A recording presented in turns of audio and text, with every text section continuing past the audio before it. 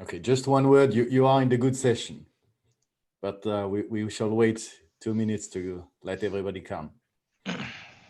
Hi, Luis. Good to see you, Nicola. How are you? Good, good. And you? Good. So that's why we organize this session, just to let one Spanish researcher to talk to one Italian researcher that is now in Germany. That's all the purpose.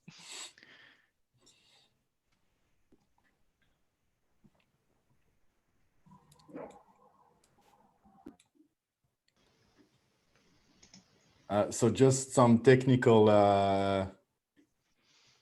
things. So everybody is entitled to share his screen, but I hope not everybody will do at the same time. We shall have some time for questions, but also depending on the numbers of participants. Now we have 26, but it's going very fast. So we shall all enable everybody to ask questions, or we shall do it through the Q&A or the chat. I will decide, online. And we have also now I'm recording, but. So thank you very much, David, for inviting me to speak in this session and join this really wonderful Sunday conference. I will like to tell you a little bit about our recent activity on the chiral aspects of plasmonic nanomaterials. And so this is, of course, related to the, similar concept of chirality that we have in molecular systems, where depending on the structure of molecules and the arrangement of atoms in the molecules, you can have structures that cannot be superimposed to their mirror images. And because of that, they have not only peculiar morphologies, but also very interesting optical activity. And so they interact differently to light, which is polarized circularly to the right or to the left. In principle, plasmonic nanoparticles are not chiral. We can make very beautiful structures made of different metals, but typically they are quite symmetric. And because of that, their interaction with circularly polarized light does not really depend on the handedness of the polarization. So it has been hypothesized that if you have nanoparticles that display morphological chirality, so dissymmetry, then you might also have these interesting optical effects in the wavelength range where the surface plasmons are taking place. And in this context, there have been a few mechanisms proposed to induce chirality or optical chirality in plasmonic nanomaterials. For example, by combining chiral molecules with metal nanoparticles, you can obtain optical chirality, which is translated into the wavelength range where the plasmons of the nanoparticles take place. And here, for example, the pioneering work of Gil Markovich has been very important. There has been also quite a bit of activity related to bringing nanoparticles, which are intrinsically achiral, into nanostructures, combining several nanoparticles, which may display chiral morphologies and therefore also induce these hybridized plasmons, which are also chiral. Let me just activate this. Okay. And so in the context of these nanostructure nanoparticles, we did some work already some 10 years ago, where we showed that if you have chiral fibers made of organic materials, and then you can self-assemble or attach gold nanorods in particular, following a sort of helical morphology, then you can obtain very high optical activity in this case, coming close to the near infrared. And so simply the coupling between pairs of gold nanorods, which are following a helical structure, may give rise to very efficient optical activity. We did some subsequent work also in collaboration with Stefan Link and Peter Nordlander at Rice University, where we prepared these pairs of gold dumbbells, which may be squeezed so that they are parallel to each other, or actually at different planes, but misaligned. And with that configuration, they already become chiral. And so Stefan was able to measure the optical activity of single pairs of gold nanorods in a chiral configuration, demonstrating this plasmonic chiral activity for single pairs of nanorods. Now, in a more recent piece of work, we also showed that if you can express these amyloid fibers from alpha-synuclein, which is a model amyloid protein, a model for Parkinson's disease. And then you can mix these protein fibers with gold nanorods. Again, you can obtain very well-defined optical activity. And actually, we showed that this happens in this way. So you can obtain something which looks even much closer to a double helix than what we had in the other fibers that I showed you earlier. But actually, these CD spectra that you see here were obtained by mixing gold nanorods with extracts from brains of dead people from Parkinson's disease, meaning that you can really expect to use this technique of plasmonic chirality as a means to detect the formation of amyloid fibers even in real patients. Anyway, the focus of my lecture today is actually more related to implementing structural chirality into single nanoparticles. And partly this work has been inspired by the work of Kitai Nam at Seoul National University a couple of years ago, where they showed that by using amino acids, which can strongly adsorb on specific facets, and in particular in facets with high indexes, then the seeded growth of these nanoparticles may lead to these intriguing structures that you see here, these helicoids, that can also display extremely efficient optical activity. You can see here in this plot that secular dichroism, or actually the G factor of these nanomaterials, can be as high as 0.2, 0.3. I'm not sure if this is the pure G factor, but anyway, they obtained very high values. Now, roughly at the same time, a couple of postdocs in my group were inspired by this work and thought, well, we know how to make gold nanorods in a very fine way by first making these tiny seeds, which are single crystalline, and then reducing more gold on top of them so that you obtain very well-defined nanorods, which have an octagonal cross-section. And because there is this templating surfactant, CTAB, cetyl trimethylammonium bromide, there has been always the discussion, how is the surfactant organized on the surface of the nanorods? And the most accepted model is this of a surfactant double layer, so that the ammonium head groups attach or adsorb on the surface of the metal. But then there is a second layer which provides, again, charged head groups on the outside, so that electrostatic interactions will provide colloidal stability to the nanorods in aqueous solution. Also, on this basis, the group of Chris Murray proposed that by adding some co-surfactants like bromosalicylic acid, you can actually improve the efficiency of the synthesis. And the claim was that the bromosalicylic acid can infiltrate the surfactant bilayers and improve the mechanical rigidity of these bilayers so that the control over the growth of the metal would be more strict.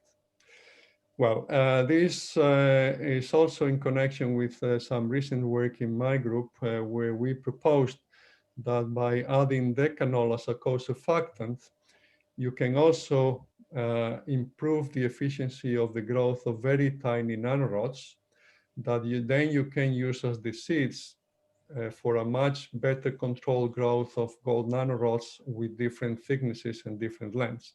And in fact, if you do this, you may even grow a little bit of palladium on top of the original nanorod seeds. And then with electron microscopy, you can identify the position of the seed within the final gold nanorods. And this is actually quite useful to understand how the rods grow. But anyway, by using this decanol technique, you can also obtain very well-defined nanorods. You can tune the aspect ratio by simply changing the amount of seeds in the seeded growth process. And our colleagues in Madrid did molecular dynamic simulations that show that depending on the type of facet where you assemble these bilayers with decanol in between, you can obtain different rigidity also in this bilayer structure. So that, for example, in the 111 facets, the gold ions bound to CTAB molecules in solution are able to reach the surface and get reduced, while on the 5-0 facets, which we understand are at the sides of the nanorods, then they actually get repelled because of the rigidity of this bilayer.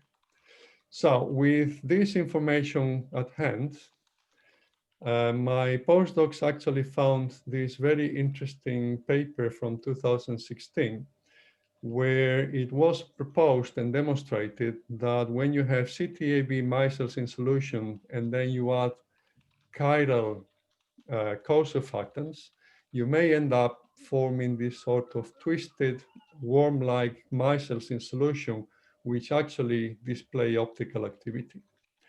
And so Jesus and Guillermo in the group had the idea that if you have these helical structures that now I show you again molecular dynamic simulations, which agree with the proposal by this other group, then if you mix these micelles with sufficiently long gold nanorods, you may end up with the micelles wrapping the nanorods and maintaining a sort of chiral structure that then, again, by doing seeded growth, you may be able to obtain these grooves on the surface, which would follow the morphology dictated by the arrangement of the chiral micelles on the nanorods. And so we worked again with CTA, in this case, the chloride version as the main surfactant, and then bynamine, which is this molecule that you see here. You can have both enantiomers. And so we mix the two surfactants to form the chiral micelles, and then we mix them with gold nanorods and do seeded growth. And what we found is that indeed, depending on the amount of gold that you're growing with ascorbic acid, I don't know if you can see the movies on the right-hand side, actually you obtain this very uniform morphology where the gold that you grow with ascorbic acid is actually forming these grooves that you can see also nicely in the tomography images provided by our colleague Sarah Valls from Antwerp, where this initially smooth nanorods become groove-like and display these grooves, which actually have a sort of inclination angle. Again, if you do the same process, but with a larger amount of gold, then you can obtain a very similar structure, but now the grooves are longer than before. And if you keep increasing the amount of gold chloride, then you can obtain these others, which are even longer. But it's actually quite remarkable how by using these templating micelles, you can preserve the thickness of the grooves and the intergroove distance actually constant for many tens of nanometers. Even more striking is that with these structures that you would not really call helical, if you now go and measure the secular dichroism signal, before that, these are some other reconstructions that were provided where I think it's actually easier to see the inclination of the grooves and the quasi-helical structure of what we are growing here. And now you measure the secular dichroism. So these are two spectra that correspond to gold nanorods, which were grown in the presence of either the R or the S enantiomer of bynamine. And you can clearly see that the secular dichroism has opposite values for both enantiomers. And this also allows me to show that the optical activity actually comes from the structure of the nanoparticles, not from the ligands, because in this case, after synthesis, the co-surfactant was replaced by L-cysteine in both cases. So if the CD signal would come from the molecule, we should see that corresponding to the L enantiomer of cysteine, not L, R and S for the two structures that we are creating.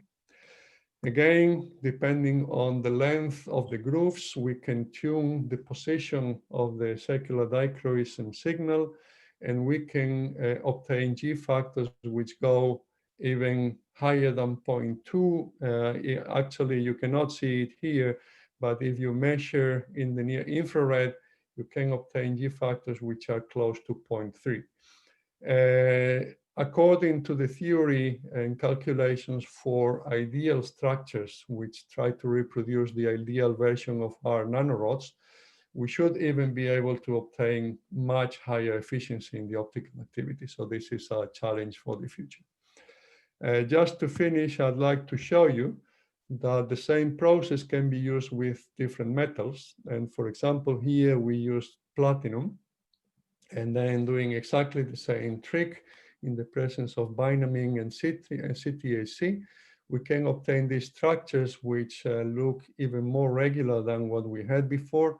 And because now we have two different metals, it's possible to do the electron tomography reconstruction with elemental analysis.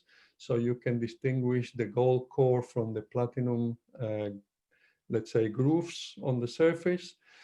In this case, the inclination is probably smaller than before. And because platinum is not so efficient plasmonically, we were not able to identify clearly optical activity. But we propose that in this case, it might be possible to find applications in catalysis, in an enantioselective catalysis with platinum as the catalyst. So with this, I finish. I'd like to thank you again for the invitation, but also for your attention, and I'll be happy to answer questions that you may have. Thank you. Yeah, fantastic talk. Thanks a lot, Luis. We have little time for questions. There's one question from Amit. So can the groove's penetration depth be controlled? Right, so what we do is we grow the grooves from the surface, and so the extent of the growth of the grooves is controlled by the amount of gold that we reduce. This is what I showed in this series of tomographies where the dimensions of the grooves were growing from the central nanorod, which was always the same. Thank you. One personal question that I had even 20 years ago when I was in the group of Marie-Paul Pileni. Yep. I have always this question about how you can make from the microemulsion that you have, the self-assembly of the surfactant, what's happening when you have already the growth of the seed and then the size doesn't match. Right. Your surfactant is smaller than what you really have. Yes. So this is different to what you were doing with Marie-Paul, because here we don't have a microemulsion. So there are no water pools dispersed in an oil. So here we have everything in water, and the surfactant is forming micelles. And the surfactant actually in our case is also complexing the gold ions from solution. So it's also transporting the gold ions to the surface of the seeds to then be reduced in a sort of autocatalytic reaction. The role of the surfactant, I should say, is still not yet completely clear. And so you may remember in the old times, Cathy Murphy proposed the so-called sipping mechanism, where surfactant molecules would come and attach to the sides of the nanorods while they were growing. And so the presence of cylindrical micelles was proposed as a template to grow the nanorods. This was discarded because in CTAB, the presence of cylindrical micelles takes place at much higher concentrations than what we use in the typical synthesis. Now, if you look now at what we are seeing with these chiral additives, I think we have to rethink again whether the templating effect is more important than what we had in mind. And this is why we are carrying out more and more theoretical modeling. I think we are not yet considering all the parameters. So we have done some work where we can calculate the surface energies and how they change in the presence of the different additives that we use during the synthesis. And for example, we have a Nanoletters paper 2014, where we show that if you calculate only thermodynamics, then you can justify the presence of 520 facets on the sides. But I should be honest and say that I think kinetic effects are also very important and are not yet taken into account in these calculations. So I think we need more theory and more simulations to understand this properly. Okay, so thank you very much, David, for inviting me, and thank you for joining this talk. Before I start, just I must say that I was not sure which talk should I give. My group today acts in two scientific directions. The main direction is we produce artificial nanoscale system to study the nature, mostly applying it in the research of immunology. But since this is not a biology-oriented session, so I decided to go for the second direction, which is studying from nature how we how to produce artificial nanosystems, which can be used in our case mostly in optics. So let's start the talk itself. Here in this slide, you can see a beautiful image of a nocturnal moth, which is called Photovoltaic iridania. This is the same, exactly the moth about which the first paper about the moth eyes nanostructures was published in 1962. And the idea of these nanostructures is that they reduce reflection. Moths use these nanostructures for night camouflage. Now, the scientific principle is very, very simple. We have a type of nanostructures which are called effective medium nanostructures, which produce an effective layer whose refractive index depends on the volume ratio between the air and the material, and it produces a film which can be optimized to reduce reflection in one specific wavelength and one specific angle of incidence, similarly to as a simple single layer anti-reflection coating does. Now we can have more sophisticated structures which have a shape. These shapes can produce gradual gradual change in the index, and this is somehow very similar to multi-layer anti-reflective coatings, except that multi-layer anti-reflective coatings often suffer from bad adhesion and mechanical stresses, which result in deterioration and damage, which cannot happen in this case because here the structures, the so-called film and the substrate are made of the same material. Now, the only question is, how can we artificially fabricate them for optical needs? So there is nanofabrication is a very rich world. We know that there are plenty of so-called beam lithographic techniques, which are used, for example, in microelectronics. However, they are very expensive, not applicable for optics. We also like to use today nanolithographies based on self-assemblies. However, these are not scalable. And finally, we have imprint, which is a mechanical embossing of softened material on a hard substrate. This is very simple, very cost-effective. No limitations for resolution, but this works very nicely when we have a hard material and softened film. What happens when we want to imprint the substrate itself, directly imprinted structures? If we take a polymer and try to imprint at a temperature which is lower than the TG of the polymer, we will not have a complete imprint.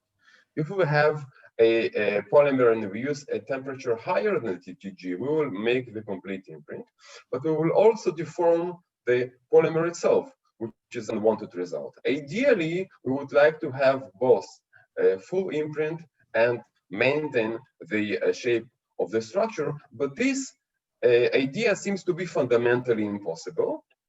So what I'm going to do now, I'm going to show you 4 different approaches which we design in our group to achieve this result. We apply them mostly to chalcogenide glasses, which are very important optical materials in infrared spectrum. And this was done in collaboration with Rafael company. And one of them we also applied for thermoplastic polymers. So when we started working on this idea, the first thing was, okay, let's do the imprint. For the imprint, we use a soft mold, which is made of PDMS, can be cast over a nanofabricated master and peeled off after thermal curing. Then we can bring it in contact with chalcogenide glasses. In our case, we use our selenide, which is chalcogenide glass, whose glass transition temperature is about 185 degrees.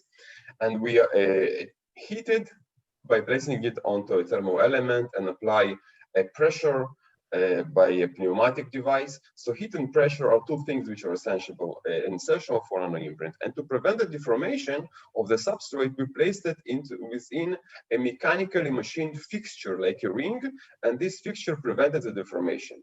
And then it worked very nicely. This is the device. We produced very nice microstructure on chalcogenide glasses without deforming it.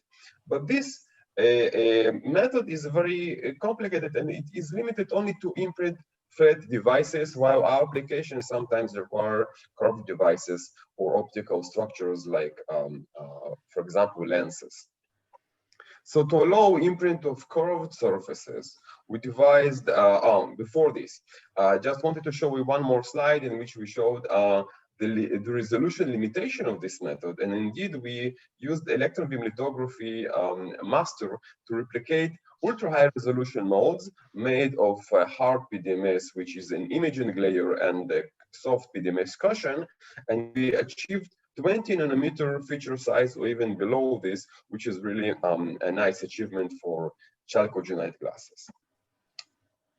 But the second method, which we devised to allow also imprint of, for example, curved surfaces, was based on radiative heating. Here we produced PDMS mold made of PDMS nanocomposite with carbon nanotubes. So we mixed carbon nanotubes and PDMS. And the only reason we did it is to make it black and light absorbing, because then when we place it in contact with chalcogenide glasses, we irradiate it with infrared bulb. Now, PDMS with carbon nanotubes absorbs the heat, and only the interface between the mold and the glass is heated while the glass bulk stays cold and not deformed. And since this mold is very flexible, we could also produce nanostructures, for example, on top of a lens of chalcogenide glass, which you can see here. This is a nice diffraction grating made on top of the chalcogenide glass lens, which is fully functional, as you can see here in this image. So this was nice, but it was still very complicated and messy because we had to produce nanocomposite molds, and we kept looking for simple solutions. And then we say, instead of making a hot interface between the mold and surface, why we not deliberately produce a thin film of softened chalcogenide glass, which can be imprinted. So for this purpose, we dissolved chalcogenide glass in an organic solvent and then applied it onto a bare chalcogenide glass substrate by spin coating and baking. Now, since the film which formed the spin coating chalcogenide glass still contained a bit of the solvent, it was softened. Its glass transition temperature was lower than the bare glass. So when we imprinted it in a temperature which is between the two glass transition points, we could transfer the pattern from mold on the softened layer and still maintain the shape of the chalcogenide glasses. And that's how we produced the first anti-reflective coating on chalcogenide glasses, nanostructures. You may see them here.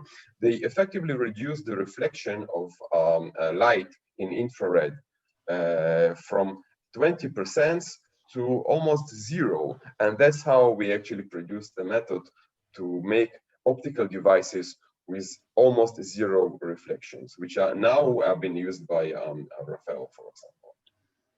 A bonus of this method is that besides the optical functionality, these structures have also a super hydrophobic functionalities, and we all know the super hydrophobic effect, which can be produced by nano or microstructures. We call it Casey-Baxter effect or lotus leaf effect.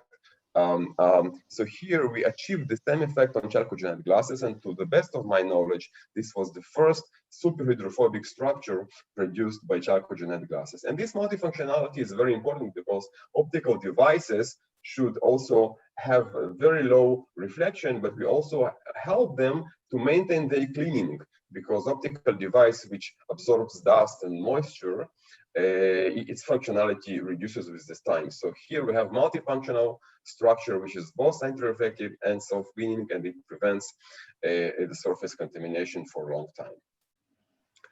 We didn't stop here, and then we said we need to do something more to make it even simpler. So why not, instead of applying a plasticized or soft layer on top of the glass, we take the glass surface and produce the layer during the imprint itself. And that's how we came with an idea that if we use the same PDMS mold, we use the fact that PDMS absorbs organic solvents. And when we solve the PDMS mold within an organic solvent, it absorbs it and becomes a reservoir of the solvent. Then when we imprint, part of the solvent diffuses from the mold to the glass and creates a layer, a thin film, which now absorbs the solvent, and now this layer is plasticized. It has a lower glass transition temperature. We could actually build a very simple diffusion-based model which can predict the thickness of this plasticized layer.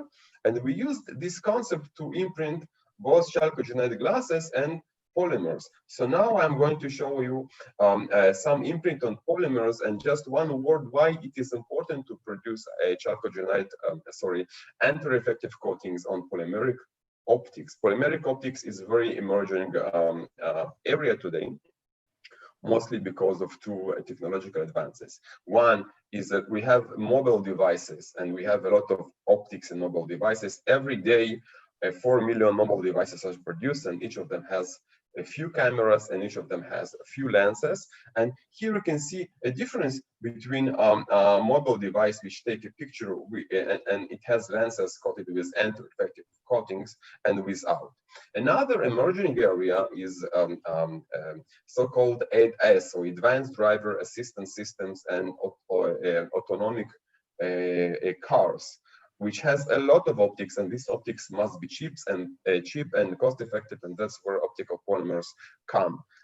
So there's a lot of interest and a lot of market to produce reliable methods which coat polymeric optical components with anti-reflective coatings or structures. So that's where we came in and stepped into this field.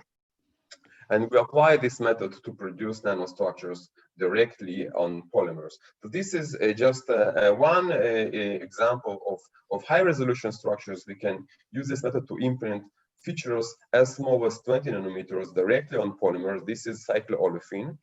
And when we spoke about optics and antireflective functionalities, so we applied this method to produce nanostructures on polymers, optical polymers, which are active within the visible range. So the smaller is the wavelengths, the smaller should be the nanostructures. Here, the nanostructures are about 250 nanometers in a period.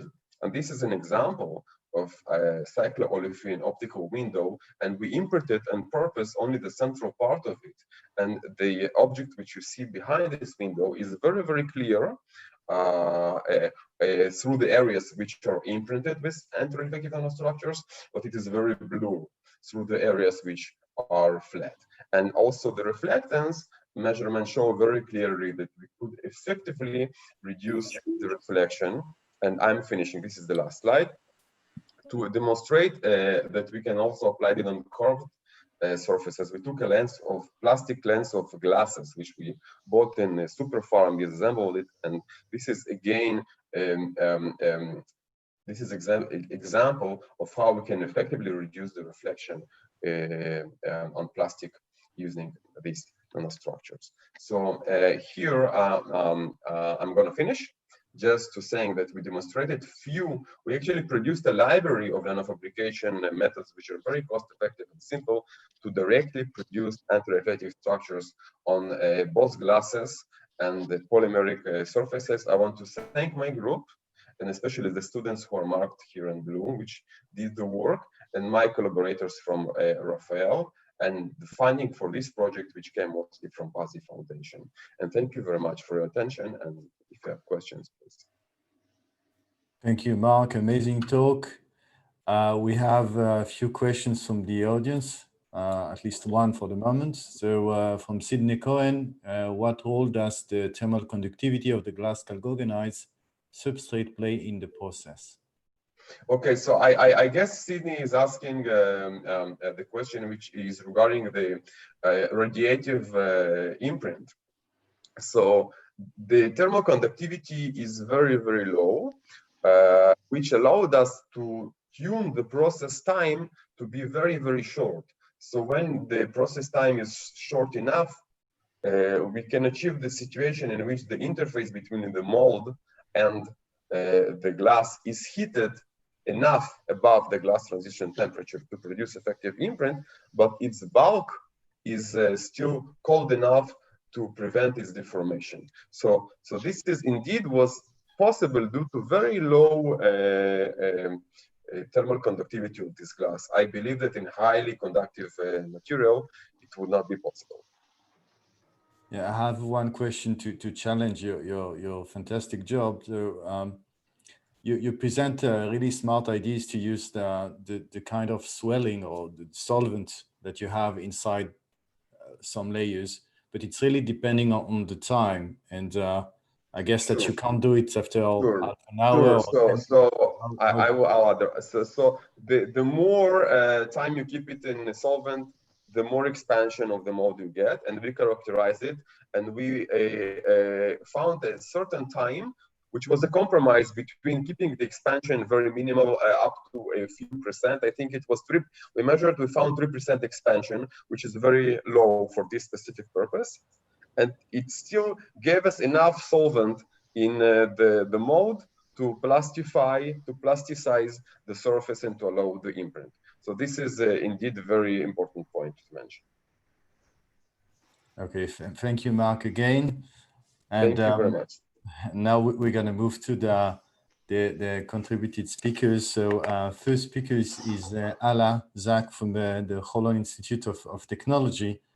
And Ala will speak about tungsten sulfide and molybdenum sulfide in organic nanotubes.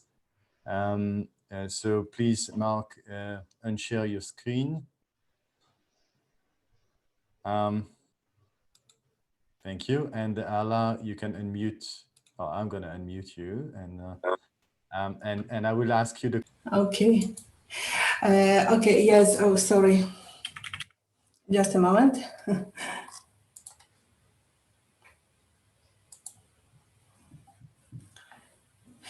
Okay, as you said, I will talk today about tungsten and molybdenum disulfide inorganic nanotubes and their properties. And first of all, I have to mention that these materials, nanotubes of molybdenum and tungsten disulfide, as well as spherical nanoparticles of these materials, were discovered in Redshift 10 group in the early 90s, 92, 95.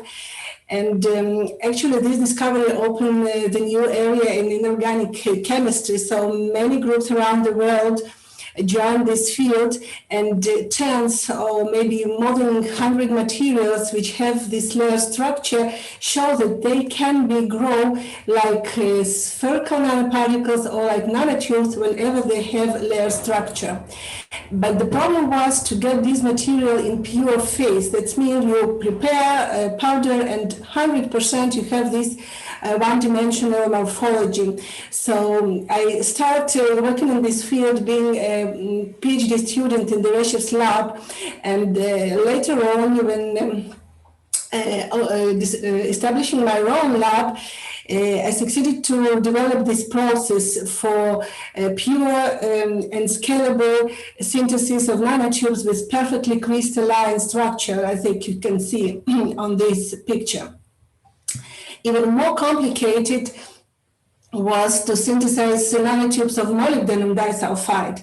So as you can see, it is only 2020, just half a year ago, we published a paper in ACS Nano when we show that finally we can obtain pure one-dimensional crystals with the tungsten disulfide nanotubes.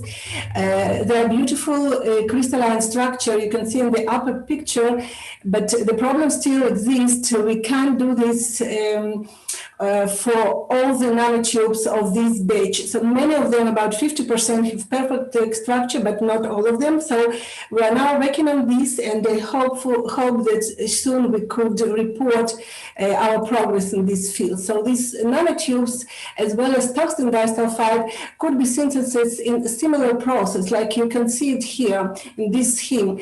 Actually, it is a vapor gas solid reaction. So we start from oxide powder, we evaporate it, we partially reduce it. So when we reduce trioxide to dioxide, the orange dots, and when we have the mixture of this vapor, this results in chemical condensation to one-dimensional oxide, suboxide nanorods. So later on, they sulfidized. They sulfidized starting from the surface until consuming all the oxide core by coming from outside inside, and finally converting all oxide to sulfide layers. So it should be emphasized that when we're talking about tungsten disulfide, this process happened in the single process with absolutely the same reaction parameters. But when we're talking about molybdenum, you can see that each step of this reaction happened at different temperatures, at different gas composition, and different other parameters. So that was definitely an enigma, and that's how we named our paper, solving the enigma of molybdenum disulfide nanotube synthesis. Which took maybe 25 years to understand this process by studying the properties of each of materials in each step of this process. So we can stop the reaction after any moment and to confirm this reaction. So here we can see the fibers, here we can see the beginning of the sulfide layers growth, and finally nanotube obtained in the end of the reaction. So this material are very interesting, and specifically due to its semiconductor nature and structural features. Features like chirality, strain in curved layers, and broken inverse symmetry, layer structure, nanosize, and mechanical strength. All these give for nanotubes variety of applications, starting from hydrogen storage, strengthening of polymers, and to field effect transistor and solar cells. So I will talk, of course, only of maybe two of them, if I will have time. And I would like to start from bulk photovoltaic effect, which was discovered in tungsten disulfide nanotubes very recently. We published this paper only a year ago. So bulk photovoltaic effect actually do not require p-n junction like conventional photovoltaic cell. So you can see that you just have to take nanotube to contact its ends to the electrical circuit to irradiate the tube by sun or by laser, and you should get the electric current. So it was done like following. So the nanotube was contacted, and you can see on this graph current versus the distance starting from one contact to another. And you can see that when laser came to the middle of the tube, we have the very big current. So why it is important? Because if you irradiate contact, you can just introduce standard Schottky barrier and resulting current. But creation of the current in the middle of the tube without out of the contacts actually confirms that it is bulk photovoltaic effect. I have to say that this current was orders of magnitude larger than in other materials, like shown in this diagram. You can see that nanotubes, the position of nanotubes at these red dots, and actually you see that all the other materials which were tried for bulk photovoltaic effect are laid lower. And the logarithmic scale shows that definitely we have orders of magnitude larger performance. So what is it about photovoltaic effect? Why we can induce it in nanotubes of tungsten disulfide? So first of all, it is due to the curved layers of nanotubes, which actually due to this curved morphology broke the inverse symmetry.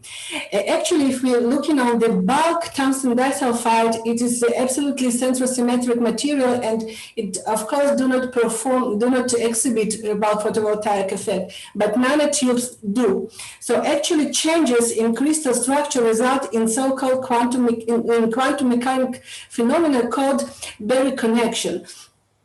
In few words, it is local potential associated with geometric phase. So the chain is like following. So we have chirality and curved walls of the nanotubes. This results in pore structure, in Berry potential, which actually support us electromotive force. Together with free carrier created by the light, we actually have the resultant shift current. So this paper was published in Nature, and the measurements were done in the laboratory of Yoshihiro Iwasa, professor in University of Tokyo, and Ijin Sang from the Max Planck Institute. I have to talk a few words also about this interesting phenomenon, cathodoluminescence, which was discovered also in multi-wall nanotubes and in single-wall, especially synthesized for this result. So you can see how they synthesize. It's a very interesting process. So we take big multi-wall nanotubes, irradiate them by plasma. You see the fragment of the external few layers were cut by plasma, and these layers rolled into small nanotubes. After dispersion, we can separate them, and you can see here the trio of beautiful single-wall nanotubes.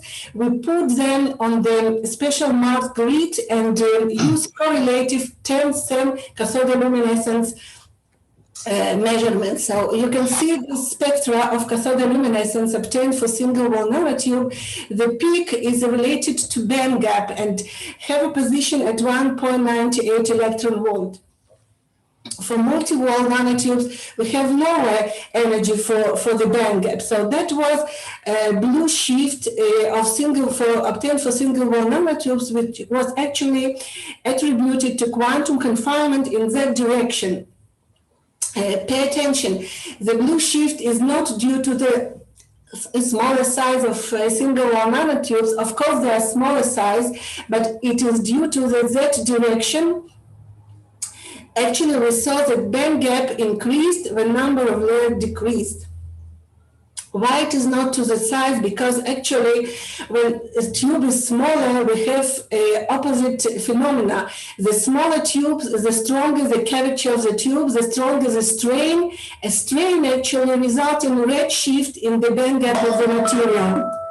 I'm finishing, just the last slide. So, what actually happened in these tubes, two effects work together. It is strain in the layers due to the curvature, which gives us red shift, and blue shift due to the small amount of layers and to quantum confinement of exciton in this very thin layer of a molecular layer. So actually, to confirm this, we actually show that both single and multiple nanotubes redshifted compared to the bulk which have 2 and more electron volt position of band gap. So yes, I have to say that it was published just a few months ago in Applied Physics Review journal.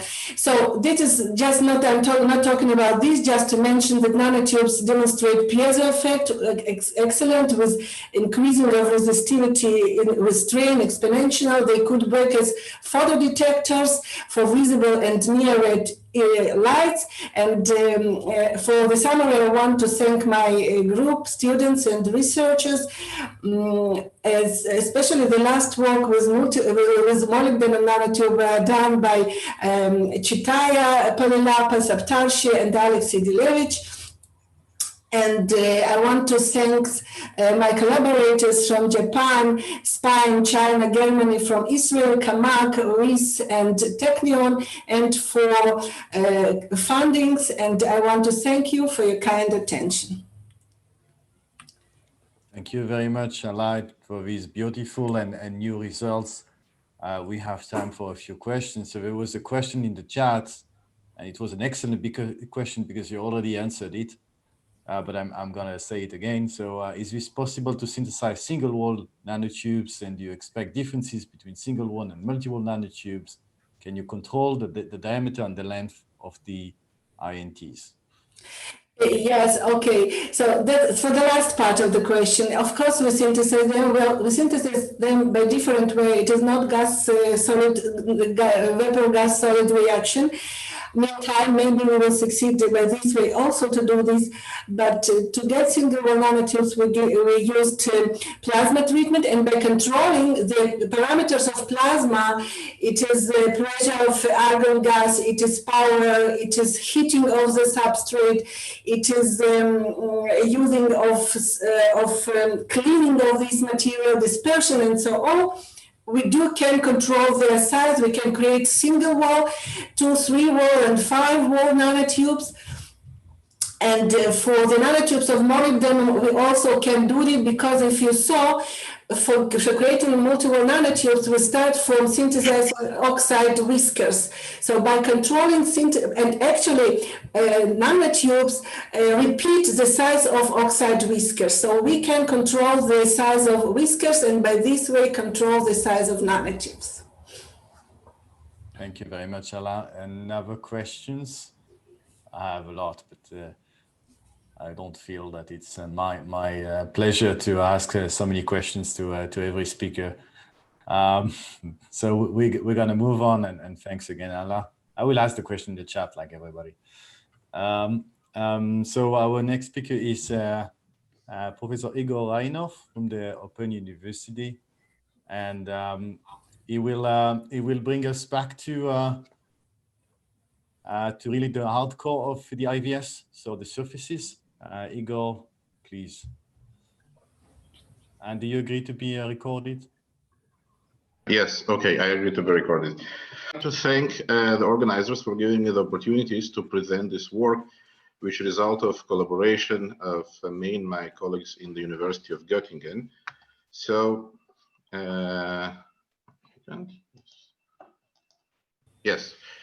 The vast majority of surface chemistry occurs through Langmuir-Hinshelwood mechanism, when the reactants are adsorbed on the surface, thermalize with the surface, find each other, react, and then the product desorbs to the gas phase.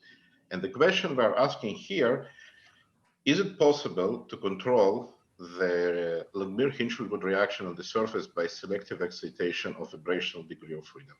And the answer to this question largely depends on how fast the vibrational energy dissipates to the surface. And when we are talking about the metal, what we know about the vibrational lifetimes of adsorbates on the metal comes from relatively limited number of systems.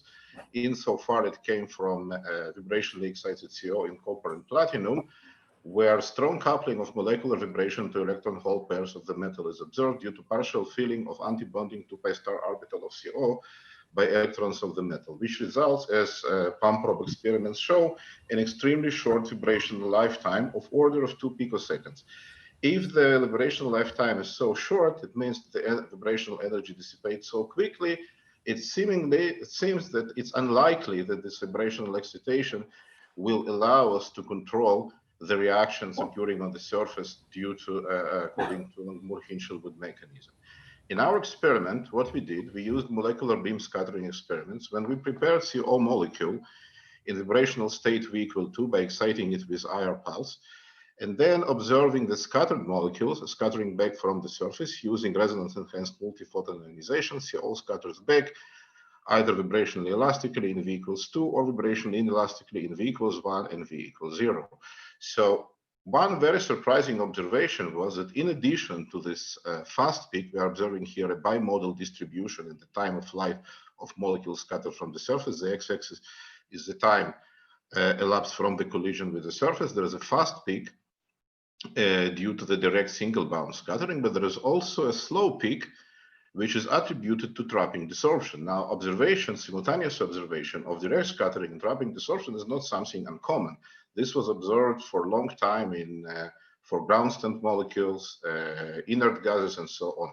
What is surprising here that we are observing trapping desorption for vibrationally excited molecule on the surface, especially in the view of what we know about very efficient vibrational relaxation of vibrationally excited molecule on metal surfaces. Furthermore, using principle of detailed balance and normal energy scaling, we could see that translational energy in this trapping desorption component of these vibrationally excited molecules is also equilibrated with the surface.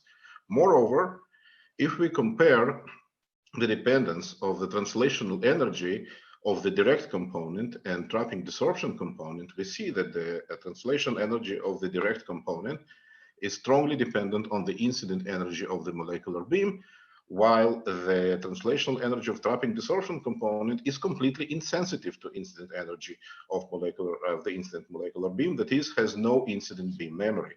Additionally, if we look at the rotational temperature of two components, we see that the rotational temperature of trapping desorption component closely follows the rotational temperature of the surface, while the rotational temperature of the direct component is only weakly dependent on the surface temperature. So it means that, let me just summarize what I said so far. We have vibrationally excited molecule which equilibrates with the surface translationally and rotationally, but still retaining significant degree of vibrational excitation. It means that at least for CO and gold, the vibrational relaxation is not as efficient as one would expect from previous examples, and the vibrational relaxation must be sufficiently slow. So the question is, how slow is slow? The answer to this question comes from a palm probe experiment, which was recently conducted when the surface was dosed with CO molecule at cryogenic temperature, 35 K, vibrationally excited with IR pump pulse, and then the signal of the vibrationally excited decay was detected with some frequency generation. So what we see, the key result is the relaxation time is not 2 picoseconds, but rather closer to 50 picoseconds. Moreover, when we are using infrared reflection absorption spectroscopy, we see that the vibrational frequency exhibits only 12 wave numbers redshift compared to gas phase CO, which is considerably smaller compared to what one would expect from strongly chemisorted molecules when you have strong coupling to the electrons of the metal and softening of the bond due to injection of the electrons to the 2 pi star orbital. these are clear signatures of physisorption of CO on the surface.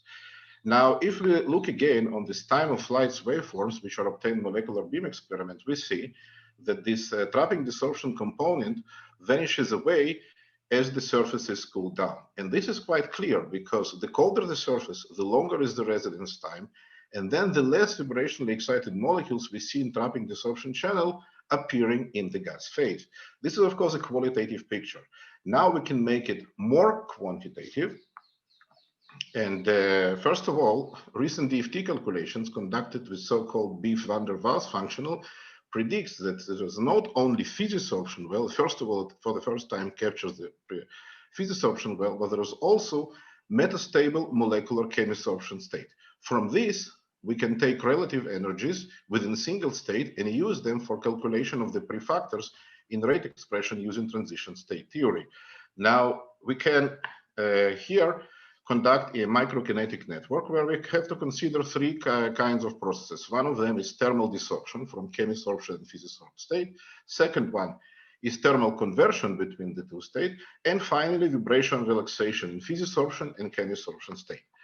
Now, palm probe experiment, just mentioned before, gives us a vibrational lifetime in the physisorption state. Temperature program desorption experiments give us the binding energy at the physisorption state. Now, using the information above, we can use this molecular beam experiment, which is done with energetic molecular beam and probes both chemisorption and physisorption state. And then we can do the following feats. Each point at this graph represents a molecular beam experiment. So we see here the basic outcome of this feat is that using this master equation model, this microkinetic model, we indeed need two states to fill the yield of the desorbing COV equals 1 and COV equals 2 molecules. If we are using only physisorption well, we are unable to capture the rising edge of the desorbing COV equals 1 and the magnitude, the relative magnitude of the desorbing COV equals 2, which means that successful modeling requires not only distinguishably different vibration relaxation rate, but also very different desorption rate from two states. With this, I would like to summarize. First of all, we have demonstrated that excited vibrational states can survive longer than expected, actually live long and prosper. This suggests that vibrational excitation can promote or modify heterogeneously catalyzed Langmuir-Hinchelwood chemistry on metals, especially when we are talking about weakly bound adsorbates.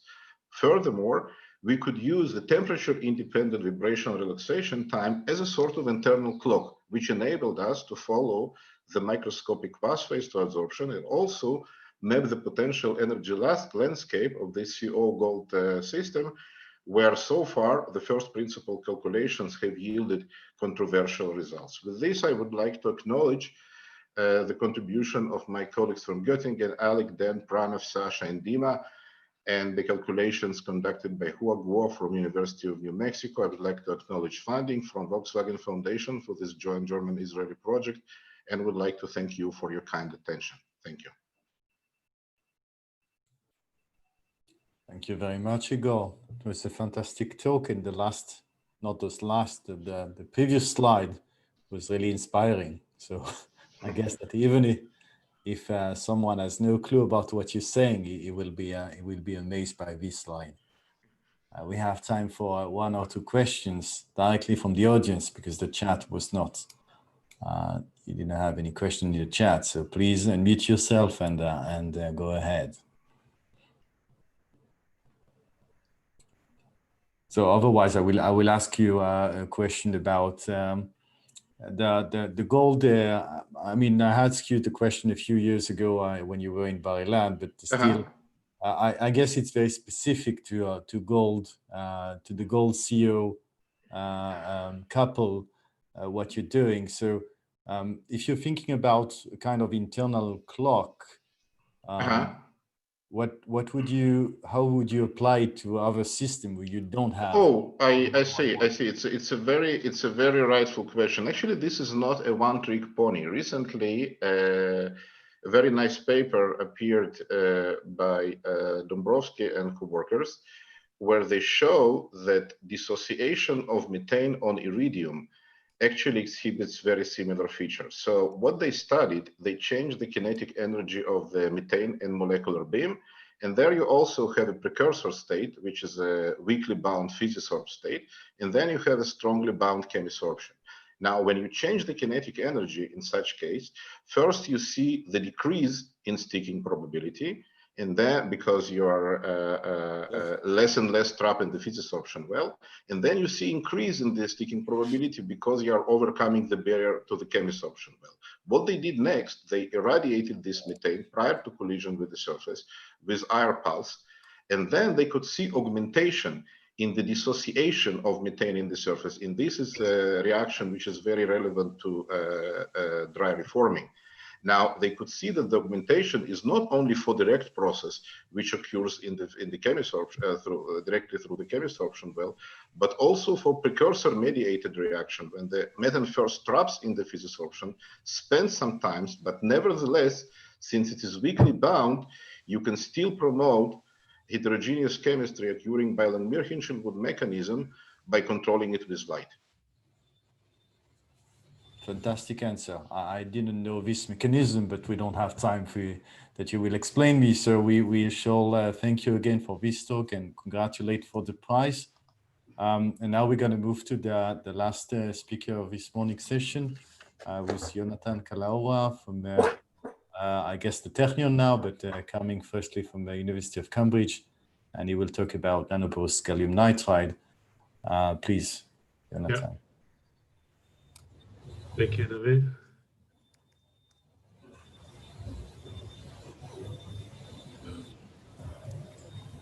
Okay. Yeah, so thank you for the introduction, and I'm very happy for to be able to share this this research with you. Yeah, so I'm coming from Cambridge, but very soon joining the Technion. So maybe discuss that at the end. And today I will talk about piezoelectricity in porous gallium nitride. This was recently published in Applied Materials today, so everything is there. I'll talk about why piezoelectricity in gallium nitride is interesting, why is porous gallium nitride interesting, some of our experimental results, and then a discussion of it, and is it better? Is it interesting? This almost went to the journal cover, but this was the best I can do in 2 days, so they actually pulled it out. But anyway, so let's remind ourselves about piezoelectricity. Piezoelectricity is a linear interconversion of electrical and mechanical energy, and this cartoon shows it quite well. It actually comes from symmetric or non-symmetric considerations of the crystal. So in crystals which are non-heterosymmetric, if you stretch them or compress them, they develop electrical polarization. And when you talk about piezoelectricity, usually you talk about ceramics. Usually these are lead-based ceramics. They are sort of the winners of that category, but that's not the whole story. So there are other materials which are piezoelectric, like soft materials, polymers, biomaterials, and also piezoelectric semiconductors like gallium nitride. And also this could all happen in the nanoscale, and this is a large part of actually my scientific interest. So if we talk about electrical polarization in gallium nitride, that's very important and very interesting, and it's actually both good and bad. So if we think about light-emitting devices from gallium nitride, electrical polarization is actually something you don't want because it separates the electrons and holes. But it is also a fundamentally enabled technology for gallium nitride high electron mobility transistors. So it what brings about charge accumulation without doping. So what about piezoelectricity? Piezoelectricity can be thought about a handle to control polarization. So it could mitigate these hindering effects in light emitting devices, but can also be used to control heads. What about porous gallium nitride? Jonathan, can you go to presentation mode because we're seeing everything very small. Oh, I'm sorry. Okay. You're seeing like the black screen.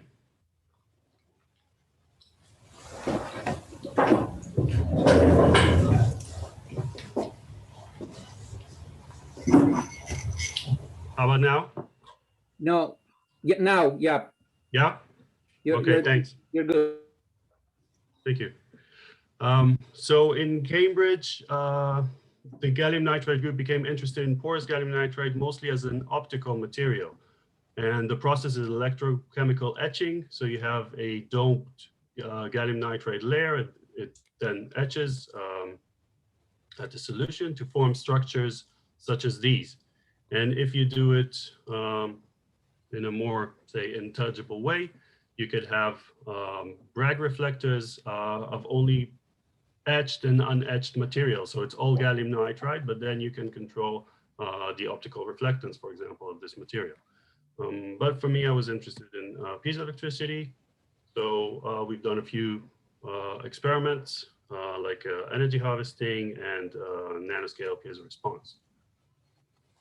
So thinking about this material, you can make a device which is sort of like a capacitor. You have the material, maybe I'll go like this, sorry. You have the parts of the material that are etched, and then the parts that are unetched and still conductive, so we'll talk about that. And then you can make this capacitor. If you stress this, sort of like this. So I hope you can see the movie. But then you can measure energy generation or energy harvesting from the setup. In this case, looking at the current, you can look at short circuit current and also a loaded current, and you can see what happens when the load is matched to the source, and you get maximal power transfer from that device. So it's an energy harvester. We also carried out piezo response force microscopy, PFM, very short. You have a conductive substrate, your piezoelectric material, and then your conductive tip, which form like a piezoelectric capacitor. You apply a voltage to your tip and then measure by the AFM the deformations. So what you see is strain over applied electric field. That's the D coefficient. And it's actually the converse piezoelectric effect. Let's skip this. I'll just say that you can measure vertical and horizontal PFM responses. So we have this material. This is the sort of the PFM setup. It's very similar to the device setup from before, but in this case you apply a voltage and measure deformation, and this is what the results look like. So as you increase the voltage, you get response. Force microscope. Is there a question or? Anyway,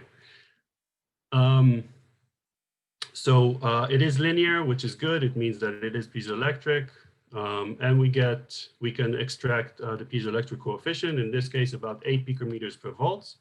And what's interesting is that it's about 3 times higher than what you get from gallium nitride bulk, in this case for 40% porosity. So a few questions that arise. Why is it happening, of course, and is it real in terms of, say, energy efficiency? So we'll get to that later. So then indeed a few points to discuss. What happens to this conductive material that makes it now unscreened and piezoelectric? Why is the piezo response so high, and what about efficiency? So if we have a material looking like this, it's a nanostructure, so it's not really, well, nanowires, but then nanostructures in general, they like to be depleted. And in that case, the material that was earlier conductive now can become, or the piezoelectricity is now on, if you want. And so the screening goes away and we can actually measure a piezoelectricity of the gallium nitride.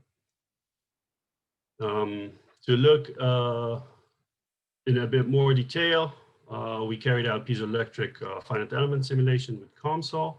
So we have this periodic structure. We only show one element, but it's actually periodic boundary conditions of a gallium nitride with a cylindrical pore. And we apply a stress and we can, for example, see what sort of voltage develops across it. We have an input of a piezoelectric matrix with a D33 slightly exaggerated to exaggerate the result. So this is applying pressure, and we have sort of raw data coming from that simulation. So we have a piezoelectric potential as a function of porosity, and that increases. And we also have a displacement as a function of porosity that also increases. The material becomes soft. It's like a sponge. And then further analyzing the raw data. So we can extract D33, and the D33 actually increases with porosity with values that are quite close to the experimental value. So that's very nice. What brings this about? So is this some relaxation of lateral confinement? Well, it's not. So this is a lateral confinement effect of the piezoelectric coefficient. You can only get as high a number as the sort of material D33, the one that we input in the matrix, and we get much more. So it's actually the mechanical softening which makes, so you apply the same stress, but you deform the material more, or parts of the material more, and then you get a larger voltage if you want. What about efficiency? So you can look at electromechanical coupling efficiency, that's K. This looks like this. And it actually doesn't change much. So it remains a few percent for gallium nitride. So this is like a materials property. And for ceramics, it's much higher. It's like 60 or 70% or even more. But then if you look at specific applications like stress-based applications, which is what we simulated here. So the figure of merit does not care how compliant the material is, actually. So this S parameter goes away. And the figure of merit is now D squared over E, the permittivity. And this actually gets tenfold higher going from non-porous to porous gallium nitride. And the numbers are getting close to the numbers you get from ceramics such as BTO, so lead-free ceramic. So in this case, 1.3, and over here it's between, I don't know, 1.5 and 2, going from going to 40%. You have like maximum 2 minutes to Yeah. That's actually the end. Thank you. So not going over everything, but we've seen that porous gallium nitride has a higher piezoelectric coefficient, and that this is could be manifested for specific applications such as stress-driven applications, and become comparable to ceramics. Of course, thank to all the people that work with me. Karanarian group in Cambridge and gallium nitride in Cambridge, and some PR. So if anyone's interested in some of these types of work and magnetic coupling to piezoelectric materials and piezoelectric biomaterials, please do get in touch, and thank you all for listening. Thank you very much, Jonathan. Thanks a lot. Nice talk. So we have questions from the audience. Sydney Cohen asking about how do you separate electrostatic from piezo response in measurement? Yes. So every time we do PFM, we perform KPFM before that, and subtract that, or use that as an input for PFM. So our PFM is free from electrostatic contribution. Chemical question. Do you know about the mechanism of the electrochemical etching and how it can affect the surface of your Yes, that's a good point. All the details are in the paper, so I'm not a chemist and I've not done that process. I am not sure about what happens to the surface. No. Last question from Noah. Is geometry a factor, or the pore size, for instance? Yeah, probably. So I would say, I think in first order, the most important thing would be the volume factor. But and then we tried to simulate the shape of the pores as well, but did not develop that. Basically, the student finished her project. But yeah, it should have an effect. I believe a smaller effect than, say, the volume. Yeah. Okay, so thank you again.